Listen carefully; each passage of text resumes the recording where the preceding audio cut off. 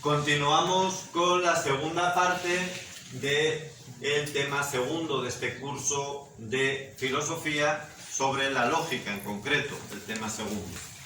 Y vamos a ver en continuación con la parte primera una división muy sencilla en la lógica. Ya en parte ya está dicha.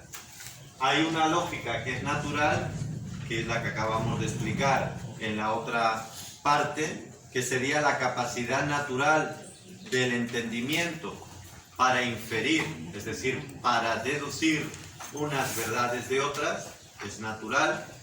A esta capacidad de deducción, sin la cual no sería posible ninguna ciencia, aunque todo la tenemos sin necesidad de estudiar, es lo que se le denomina lógica natural.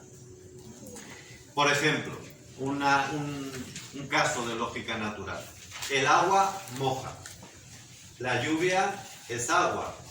Por tanto, la lluvia moja. Este es un ejemplo de lógica natural. El agua moja. La lluvia es agua. Por lo tanto, la lluvia moja. ¿Y qué es la lógica científica o formal o reflexiva? De las tres maneras se puede decir: lógica formal, científica o reflexiva.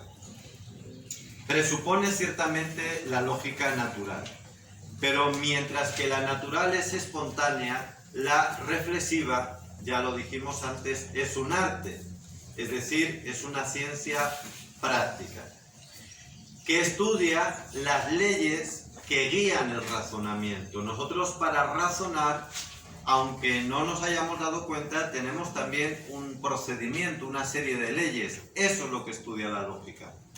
El procedimiento de nuestro razonar, de nuestro entender. Y además de ser práctica, también es normativa. Es decir, a la lógica no le interesa, cuidado, lo que yo pienso. Eso es otra parte de la filosofía que ya veremos, que es la teoría del conocimiento o epistemología. Sino que a la lógica lo que le interesa es cómo debo pensar. No cómo pienso ahora, cómo es mi forma de entender, si primero capto la imagen, si luego reflexiono, si hago abstracción, si no hago abstracción. Eso lo veremos en otra materia. Ahora simplemente estamos viendo cómo es la manera correcta de pensar. Por lo tanto, decimos que es normativa. En suma, la lógica descubre normas y leyes que obligan a la razón, igual que, por ejemplo, hay normas éticas que nos señalan cómo debe ser nuestro comportamiento. Pues así hay otras leyes que nos enseñan cómo debe ser nuestro razonar. Para definir cualquier ciencia, y a la lógica la llamamos ciencia en un sentido amplio, hay que ver su objeto y su método. Esto vale para cualquier ciencia o por cualquier área del conocimiento. El objeto y el método. El objeto, a su vez, puede ser, es de hecho, objeto material y el objeto formal. Se subdivide en esas dos. ¿Cuál es el objeto material de la lógica? Los actos de la razón. Es decir, mis razonamientos. Eso es lo que estudia el objeto material, la materia que investiga. Imagínense, pues un panadero que está con la masa, pues ¿qué hacemos en la lógica? Pues ahí esa masa son nuestros razonamientos, los actos. No cómo, no la teoría, sino qué estoy pensando ahora, cómo lo estoy pensando. Esos actos es la materia o el objeto material de la lógica. Y el objeto formal, la forma en la que yo miro esos actos, es si están bien o están mal realizados. Ese es el objeto formal. El método de una ciencia, la segunda parte, siempre hace relación al objeto formal. Y el método va a ser, por lo tanto, una aplicación discursiva a la manera en que nosotros pensamos, si es correcta o no es correcta. Es aplicar, por lo tanto, el método discursivo o la razón discursiva al objeto formal que hemos dicho que es la corrección o no corrección de nuestros pensamientos. Este es el método. Y en este sentido, vuelvo a insistir, no confundamos lógica con otras áreas del conocimiento. Por ejemplo, la lógica no es psicología, no es a ver cómo yo me entiendo a mí mismo o entiendo la manera de ser, la personalidad de los demás. La lógica tampoco es metafísica en el sentido estricto, aunque sea una parte de la filosofía, no es metafísica, porque la metafísica sí que es la que reflexiona sobre qué es el conocimiento, y ante todo se pregunta, ¿realmente conocemos, no conocemos? ¿Cómo es ese conocimiento? ¿Qué conozco en realidad? Pero desde la pregunta sobre el ser, de ahí viene el método metafísico. Y tampoco es una ciencia aplicada, que sería aplicar ese razonamiento a cosas concretas, al área de la naturaleza o al arte en el sentido de la pintura, la música, etc. La lógica se centra, repito, en la razón discursiva sobre el modo concreto en que razonamos.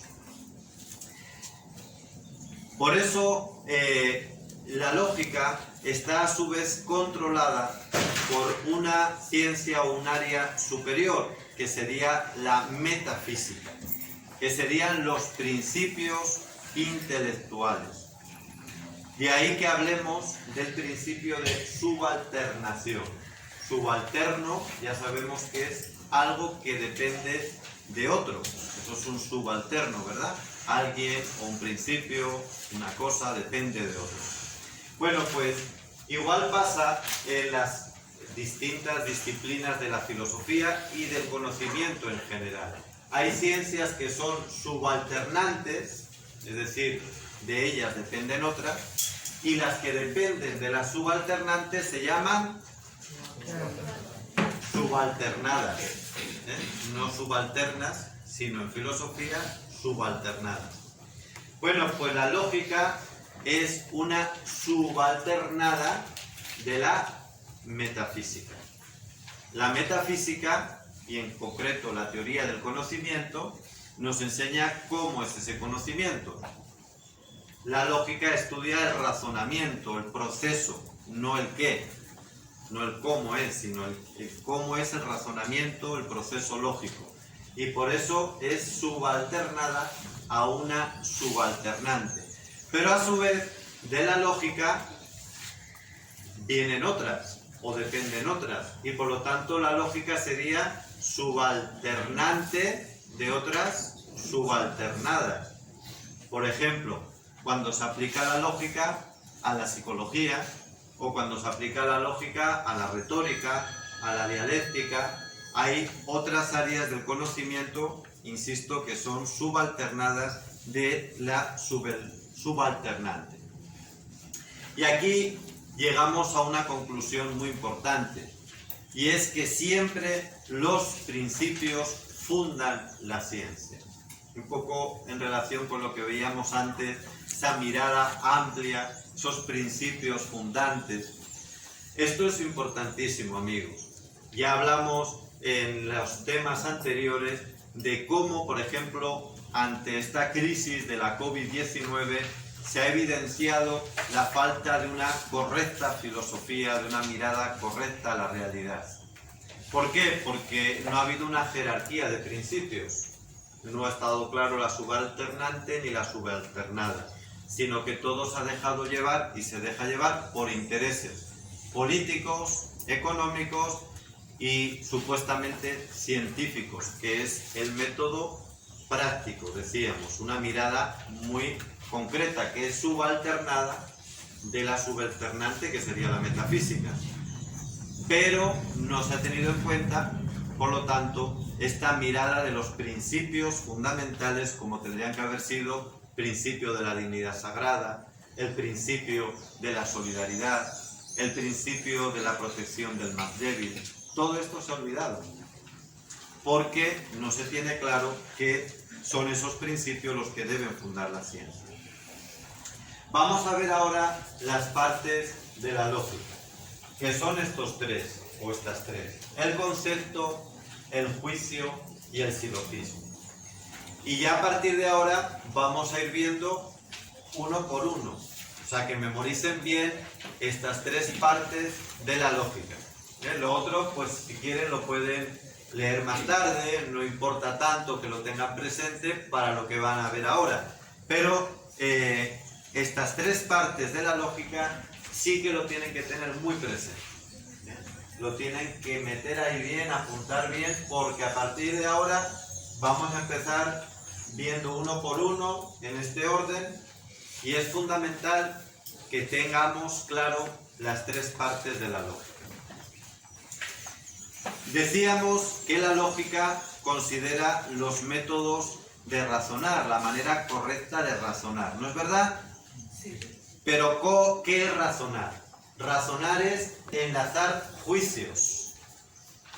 Enlazar juicios para llegar a conclusiones. Esto es el razonar. ¿Y los juicios de qué constan? De conceptos. Por eso decimos que son las tres partes de la lógica. La lógica es hacer silogismos, que no es otra cosa que razonar correctamente, eso sería un silogismo. El juicio es enlazar, el silogismo o el razonamiento es enlazar juicios, que sería toda la segunda parte, y el juicio está compuesto por conceptos.